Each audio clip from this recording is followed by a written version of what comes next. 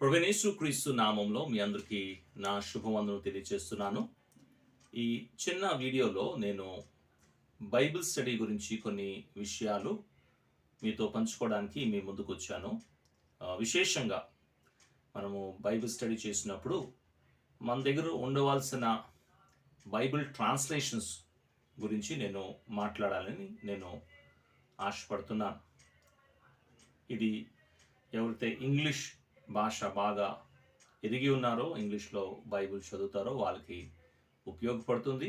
మిగతా వాళ్ళు కూడా మీరు కూడా బైబిల్స్ ట్రాన్స్లేషన్ మీ దగ్గర ఉంచితే, మీరు చదవగలిగితే చాలా ప్రయోజనకరంగా ఉంటుంది. ఎందుకంటే మనకు తెలుసు బైబిల్ హీబ్రూ భాషలో అలాగే గ్రీక్ భాషలో రాయబడి ఉన్నది.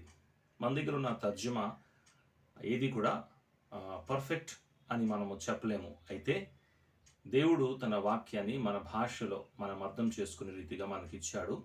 అయితే ఒరిజినల్లో ఏమి ఉందో అది తెలుసుకోవాలని బైబిల్ చదివే ప్రతి వ్యక్తికి కూడా ఆ ఆశ ఉండాలి. గ్రీకు హీబ్రూ మనం నేర్చుకోలేము కాబట్టి, నేర్చుకోగలిగితే మంచిదే, కానీ నేర్చుకోలేని వారు విభిన్న బైబిల్ ట్రాన్స్లేషన్స్ విశేషంగా ఇంగ్లీష్ భాషలో మనకు అందుబాటులో ఉన్నాయి. వాటిలో కొన్ని మంచి నేను వాడుతున్నది వాడి అవి ఎంతో ప్రయోజనకరంగా ఉందని తెలిసి ఈ వీడియోలో వాటిని మీతో నేను పంచుకోవాలని ఆశపడుతున్నాను. మనందరికీ తెలుసు ఇంగ్లీష్ బైబిల్ అనగానే కింగ్ జేమ్స్ వర్షన్ మన మనసులో వస్తుంది. 1611లో ఇది ఒరిజినల్ మ్యానుస్క్రిప్ట్స్ నుంచి ట్రాన్స్లేట్ చేయబడింది. ఇప్పటికీ కూడా దాన్ని ఆథరైజ్డ్ వర్షన్ అంటారు. అంటే సంఘాల్లో పబ్లిక్గా చదవడానికి కింగ్ జేమ్స్ వర్షన్ ఇంగ్లీష్లో వాడుతూ ఉంటారు. ఇటీవలే కాలంలో new king James version Bible అనేది మనకి దొరుకుతుంది. ఇది కింగ్ జేమ్స్ వర్షన్లోనే ఒక అప్డేట్ అని మనం అనాలి. చాలా బాగుంటుంది. కింగ్ జేమ్స్ వర్షన్ చదవడానికి కొంచెం మనకి కష్టంగా ఉన్న ఈ న్యూ కింగ్ జేమ్స్ వర్షన్ మనకి రీడబిలిటీ అంటే ఇంగ్లీష్ చదవడానికి చాలా సులువుగా ఉంటుంది. కష్టమైన పదాలు తర్జుమా కూడా ఉంది. కాబట్టి న్యూ కింగ్ జేమ్స్ వర్షన్ మీరు మీ దగ్గర ఉంచి చదవగలరు. అదే సమయంలో the ESV English standard version, the conscience English standard version Bible ఇది చాలా మంచిది. నేను యవనస్తులకి అలాగే నూతనంగా ప్రభుని నమ్ముకున్న విశ్వాసులకి దీన్ని రికమెండ్ చేస్తున్నాను. చాలా చక్కటి అనువాదము. అంతేకాకుండా ఈ కన్సైజ్ స్టడీ బైబిల్ ఈఎస్విలో మీకు మంచి స్టడీ కూడా దొరుకుతుంది. ఇది చాలా చక్కటి ట్రాన్స్లేషన్. ఇది వర్డ్ టు వర్డ్ ట్రాన్స్లేషన్ ఉన్నట్టుగా ట్రాన్స్లేట్ అవుతుంది. కాబట్టి ఈఎస్వి కూడా మీరు మీ దగ్గర ఉంచండి.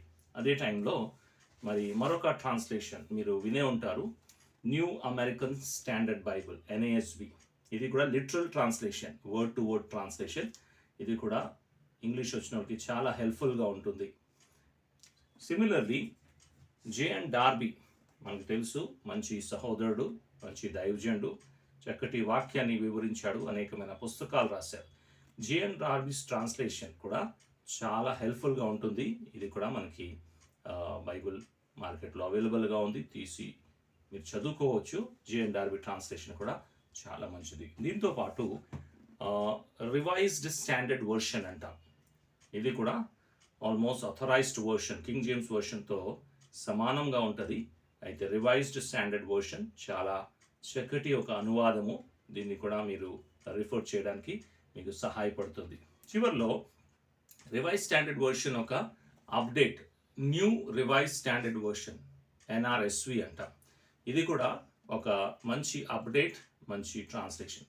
ఎందుకు ఈ బైబిల్ ట్రాన్స్లేషన్స్ నేను మీ ముందుకు తీసుకొచ్చాను అంటే, బైబిల్ ఒక భాషలో చదివిన తర్వాత మీరు ఇంగ్లీష్లో వేరే వేరే ట్రాన్స్లేషన్స్ ఉన్నాయి, దాంట్లో మీరు రెఫర్ చేయవచ్చు. కొన్ని పదాలు ఎలాగ తర్జుమా చేయబడాయి, ఒరిజినల్లో అది ఏంటి, దాని అర్థం ఏంటి, అలాగే ఒకటి కన్నా 2 ట్రాన్స్లేషన్స్ మనము రెఫర్ చేసినప్పుడు ఇంకా చక్కటి థాట్స్, చక్కటి ఆలోచన మనకి కలుగుతుంది. కాబట్టి బైబిల్ స్టూడెంట్ ప్రతి ఒక్కరు కూడా ఇంగ్లీష్ వస్తే చాలా మంచిది, లేకపోయినా నేర్చుకొని ఈ ఇంగ్లీష్ ట్రాన్స్లేషన్స్ ఏదైతే ఇప్పుడు మనకు అందుబాటులో ఉన్నాయో దాన్ని వాడి దేవుని వాక్యాన్ని ఇంకా లోతుగా మీరు చదవడానికి, ధ్యానించడానికి, అర్థం చేసుకోవడానికి, ఆ వాక్యాన్ని మనసులో ఉంచి ధ్యానించడానికి, ప్రకటించడానికి ఉపయోగపడుతుంది కాబట్టి ఇది కొన్ని ట్రస్ట్ వర్ది ట్రాన్స్లేషన్స్ నేను మీ దగ్గరికి తీసుకొచ్చాను. ప్రభు ఈ మాటల ద్వారా మనల్ని దీవించును గాక.